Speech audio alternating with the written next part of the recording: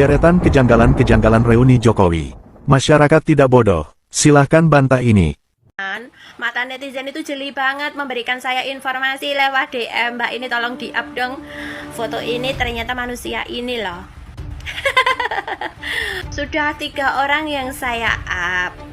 Yang pertama itu tadi menjadi komisaris sama ya kadis-kadisan lah ya. Terus yang berkacamata hitam ini adalah betapa recehnya Baginda Raja Mulyono. Nyewa orang bikin momen reoni-reonian.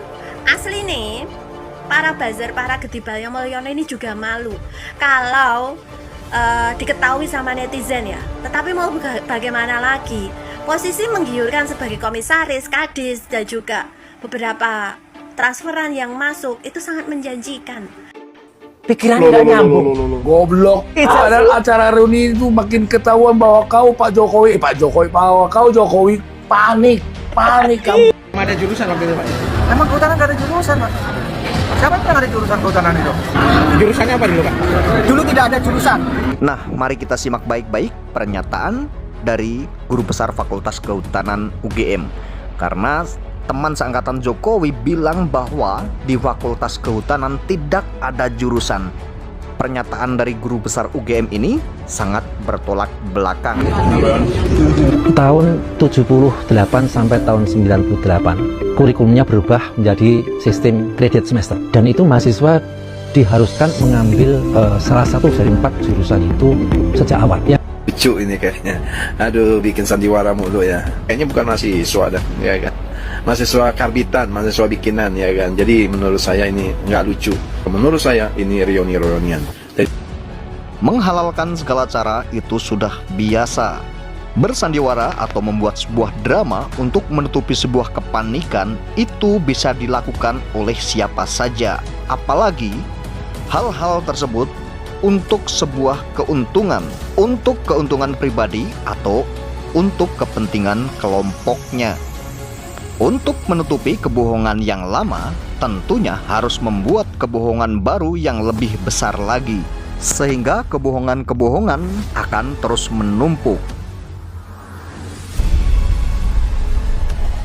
Ini ya, orang yang berkacamata hitam di sampingnya Jokowi. Menurut geng Solo, dia ini adalah pasukan senyapnya Jokowi. Dan kebetulan mata netizen itu jeli banget memberikan saya informasi lewat DM. Mbak, ini tolong di-up dong. Ada beberapa video yang terangkum dalam cerita ini, yaitu cerita tentang kebohongan. Beberapa netizen membongkar kebohongan-kebohongan Mulyono. Foto ini ternyata manusia ini loh.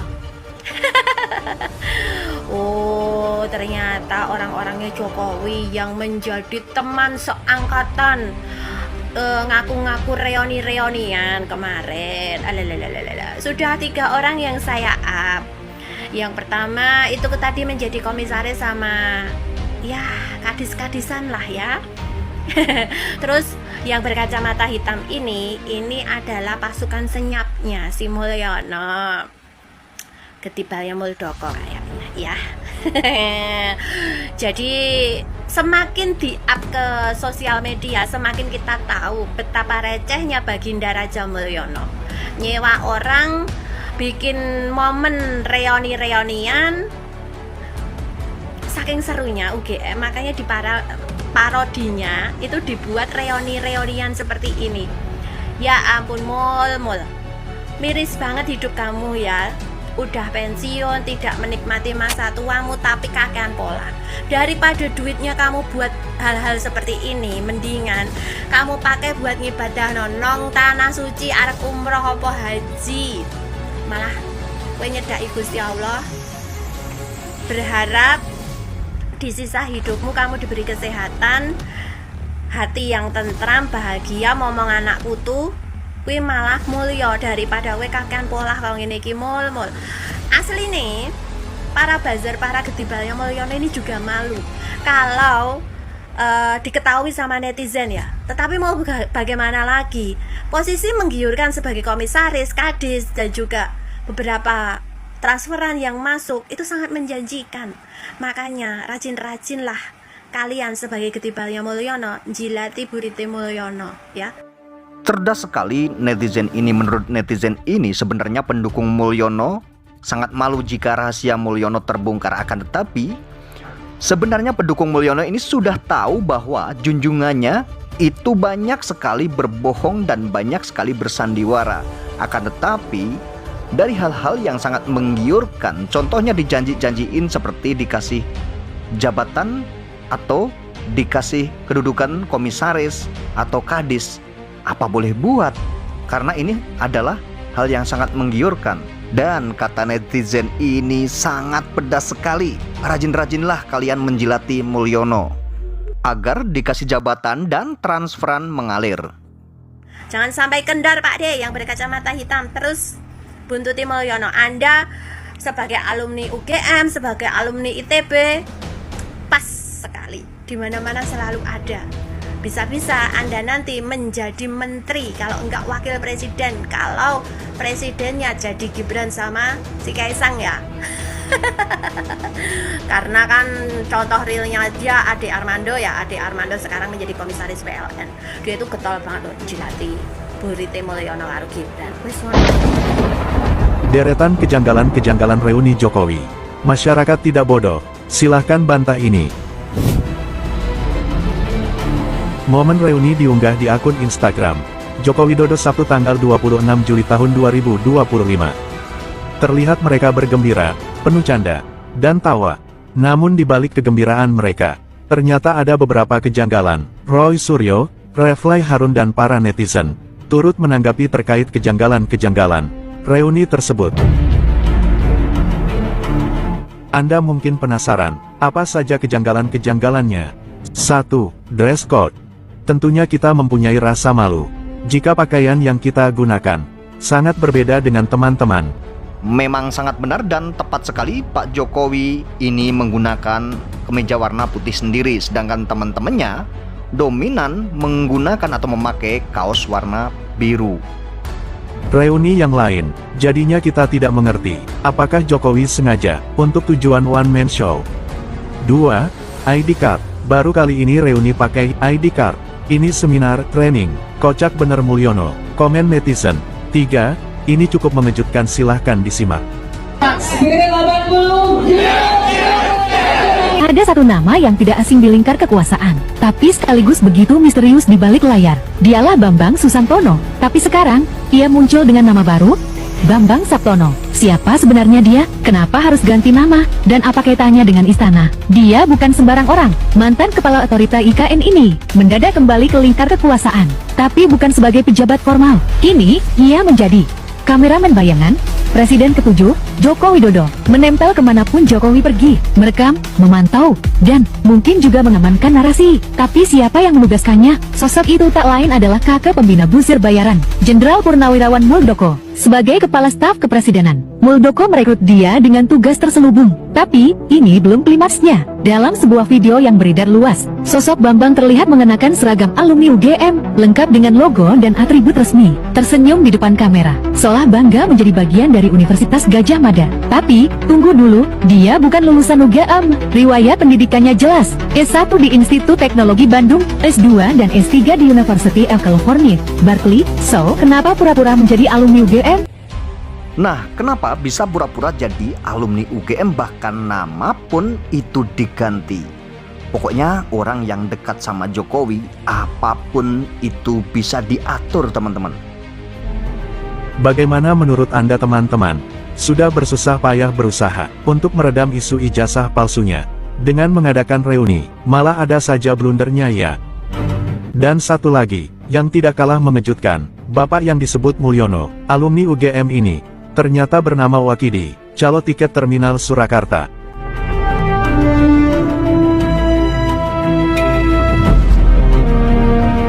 Kita akan lanjut lagi, yaitu pernyataan dari guru besar UGM yang sangat bertentangan dengan pernyataan alumni UGM saat reuni sama Jokowi. Ada jurusan waktu itu Pak ya? Emang kehutanan gak ada jurusan Pak? Siapa yang ada jurusan kehutanan itu? Jurusannya apa dulu Pak? Dulu tidak ada jurusan. Tahun 78 sampai tahun 98, kurikulumnya berubah menjadi sistem kredit semester, dan itu mahasiswa diharuskan mengambil salah satu dari 4 jurusan itu sejak awal. Yang tadinya jurusan Fakultas Kehutanan itu hanya 3 tadinya, tetapi pada tahun 78 ada satu lagi, di samping silvikultur, manajemen hutan, kemudian teknologi hasil hutan, ada satu lagi yang dibangun, dibuat, didirikan tahun 78, yaitu konservasi sumber daya hutan. Bismillahirrahmanirrahim. Assalamualaikum warahmatullahi wabarakatuh. Perkenalkan, saya Muhammad Naim. Saya masuk Fakultas Kehutanan tahun 73 dan menyelesaikan S1 di sini di fakultas. Ya, sekarang saya termasuk orang yang dituakan di Fakultas Kehutanan UGM. Fakultas Kehutanan UGM ini memiliki sejarah yang cukup panjang sebenarnya, karena pada awalnya bergabung dengan Fakultas Pertanian bagian kehutanan.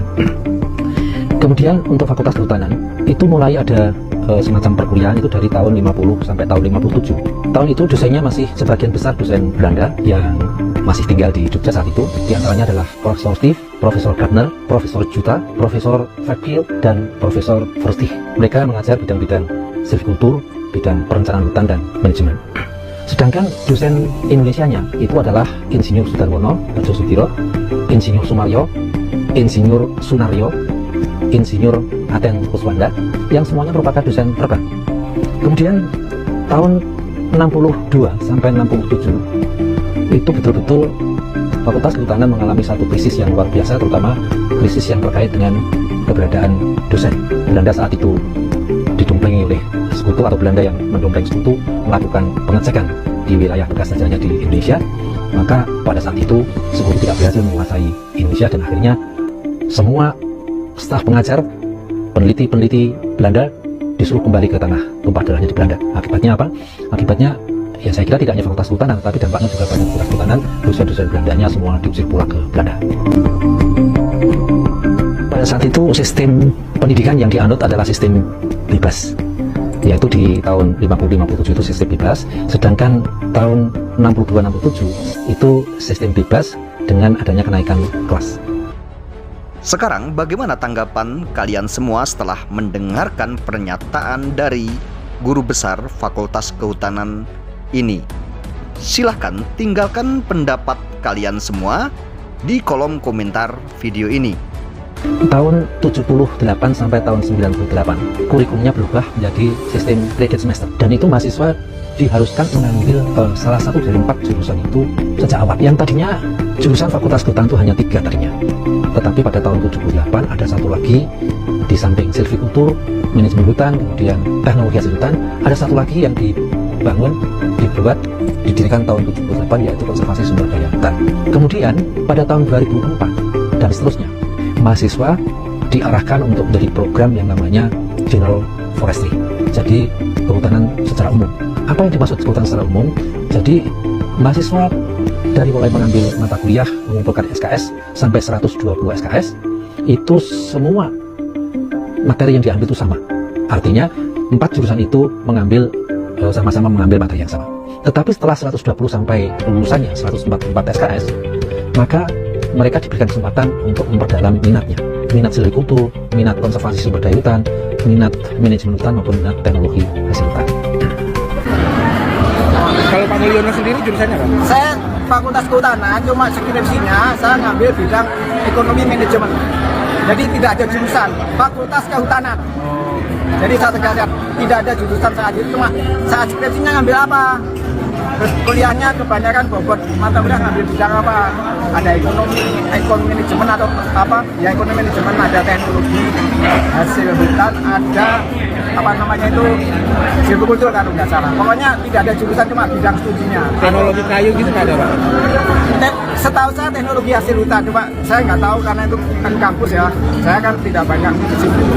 Jadi jurusannya itu saya jelasin ya. Jurusannya itu nanti udah semester akhir, ngambil mata kuliahnya apa, ya kan, kemudian topik skripsinya apa.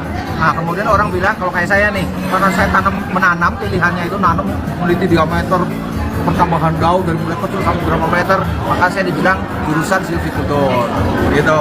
Nanti ada yang menulis masalah ekonomi, dibilangnya ekonomi hutan. ada yang ngurusi kayu, disebutnya teknologi kayu, ya kan? Dan jadi bukan berarti teknologi kayu itu agak memang apa ya, itu cuman lontaran orang kalau ngambil itu wah berarti dia jurusan teknologi kayu. Gitu.